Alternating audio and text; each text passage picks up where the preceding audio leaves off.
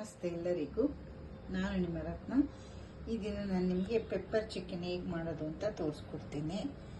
ನಾನೀಗಿಲ್ಲಿ 1 kg chicken ತೊಗೊಂಡಿದ್ದೀನಿ, ಮತ್ತು ಒಂದು 3 ಈರುಳ್ಳಿ ಉದ್ದಕ್ಕೆ ಹೆಚ್ಚಿಟ್ಕೊಂಡಿದ್ದೀನಿ, ಮತ್ತು ಇಲ್ಲಿ 1 ಗೆಡ್ಡೆ ಬೆಳ್ಳುಳ್ಳಿ, ಮತ್ತು ಒಂದು 3 ಒಣಮೆಣ್ಸಿನ್ಕಾಯಿ, ಇನ್ನೊಂದು ಗೆಡ್ಡೆ ಬೆಳ್ಳುಳ್ಳಿ, ಒಂದು 4 ಹಸಿಮೆಣ್ಸಿನ್ಕಾಯಿ, ಸ್ವಲ್ಪ ಕರಿಬೇವು ತೊಗೊಂಡಿದ್ದೀನಿ. ಪೆಪ್ಪರ್ ಚಿಕನ್ಗೆ ಅಫ್ಕೋರ್ಸ್ ಪೆಪ್ಪರೇ ಜಾಸ್ತಿ ತೊಗೋಬೇಕು. ನಾನು 2 ಸ್ಪೂನ್ ಪೆಪ್ಪರು, 1 ಸ್ಪೂನ್ ಜೀರಿಗೆ, 1 ಸ್ಪೂನ್ ಧನಿಯಾ, 1 ಚಕ್ಕೆ, 3 ಲವಂಗ ತೊಗೊಂಡಿದ್ದೀನಿ. ಈಗ ಹೇಗೆ ಮಾಡೋದು ಅಂತ ನೋಡ್ಕೊಳ್ಳೋಣ. ಫಸ್ಟು ನೀರು ಕಾಯಕ್ಕೆ ಇಟ್ಬಿಟ್ಟಿದ್ದೀನಿ ಸ್ವಲ್ಪ. ಫಸ್ಟು ಚಿಕನ್ನ ಹಾಫ್ ಕುಕ್ ಮಾಡ್ಕೊಳ್ಳೋಣ. ನೋಡಿ, ನಾನಿಲ್ಲಿ 1 ಗ್ಲಾಸಷ್ಟು ನೀರು ಇಟ್ಕೊಂಡಿದ್ದೀನಿ. ಇದು ನೀರು ಕುದಿಬೇಕಾದ್ರೆ ಚಿಕನ್ ಹಾಕ್ಕೊಳ್ಳೋಣ.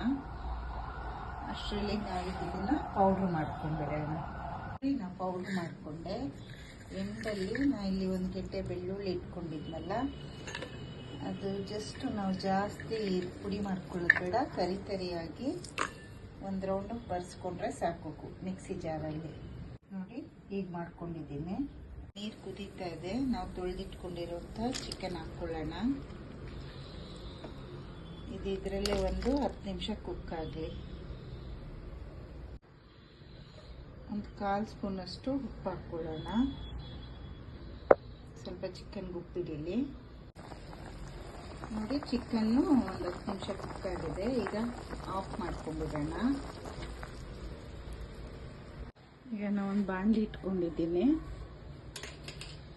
ಇದಕ್ಕೆ ಸ್ವಲ್ಪ ಎಣ್ಣೆ ಹಾಕ್ಕೊಳ್ಳೋಣ. ಒಂದು 5-6 ಸ್ಪೂನಷ್ಟು ಹಾಕ್ಕೊಳ್ಳಿ. ಈಗ ಎಣ್ಣೆ ಕಾದಿದೆ. ಕರಿಬೇವು, ಹಸಿಮೆಣಸಿನ್ಕಾಯಿ, ಬೆಳ್ಳುಳ್ಳಿ, ಒಣಮೆಣ್ಸಿನ್ಕಾಯಿ ಹಾಕ್ಕೊಳ್ಳೋಣ.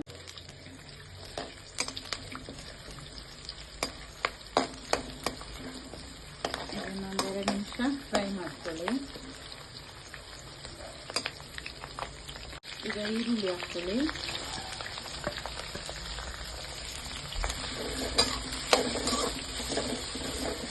ಇದನ್ನು ಚೆನ್ನಾಗಿ ಫ್ರೈ ಮಾಡ್ಕೊಳ್ಳೋಣ. ನೋಡಿ, ನಾವು ಗ್ರೇವಿ ಮಾಡೋದಾದರೆ ಸ್ವಲ್ಪ ಈರುಳ್ಳಿನ ಕಡಿಮೆ ಹುರಿದ್ರೆ ಆಗುತ್ತೆ. ಸ್ವಲ್ಪ ಡ್ರೈ ಅನ್ನೋದ್ರಿಂದ ನಾನು ಸ್ವಲ್ಪ ಈರುಳ್ಳಿನ ಜಾಸ್ತಿನೇ ಫ್ರೈ ಮಾಡ್ಕೊಂಡಿದ್ದೀನಿ. ಹಾಗೆ ಸ್ವಲ್ಪ ಚಿಕನ್ನಿಗೆ ಉಪ್ಪು ಹಾಕಿದ್ದೆ. ಈಗ ಈರುಳ್ಳಿಗೆ ಸ್ವಲ್ಪ ಹಾಕ್ಕೊಳ್ಳೋಣ.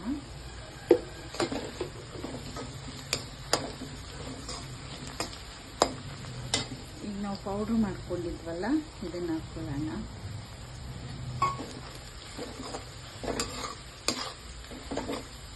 ಒಂದು 2 ನಿಮಿಷ ಇಟ್ಕೊಳ್ಳೋಣ. ಆಲ್ರೆಡಿ ನಾವು ಹುರಿದೇ ಪೌಡ್ರ್ ಮಾಡಿದ್ದೀನಿ. ನಾನು ನಿಮಗಾಗಲೇ ತೋರಿಸ್ಲಿಲ್ಲ. ಸೋಯಾ ಸಾಸ್ ಹಾಕ್ಕೊಳ್ಳೋಣ, 1 ಸ್ಪೂನಷ್ಟು.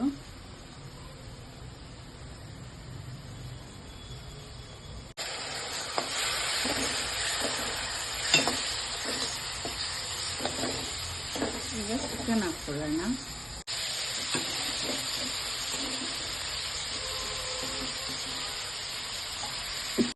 ಮಿಕ್ಸ್ ಮಾಡ್ಕೊಳ್ಳಿ.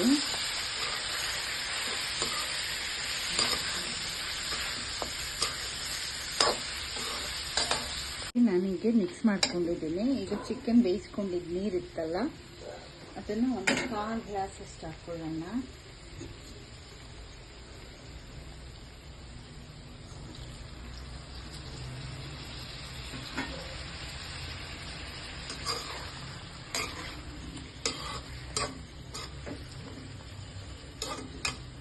ಸ್ವಲ್ಪ ಕುಕ್ ಆಗಲಿ, ಮೀಡಿಯಂ ಫ್ಲೇಮಲ್ಲೇ ಕುಕ್ ಆಗಲಿ.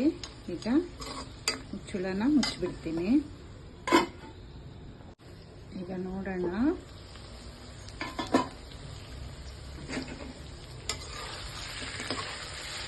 Pepper chicken ready.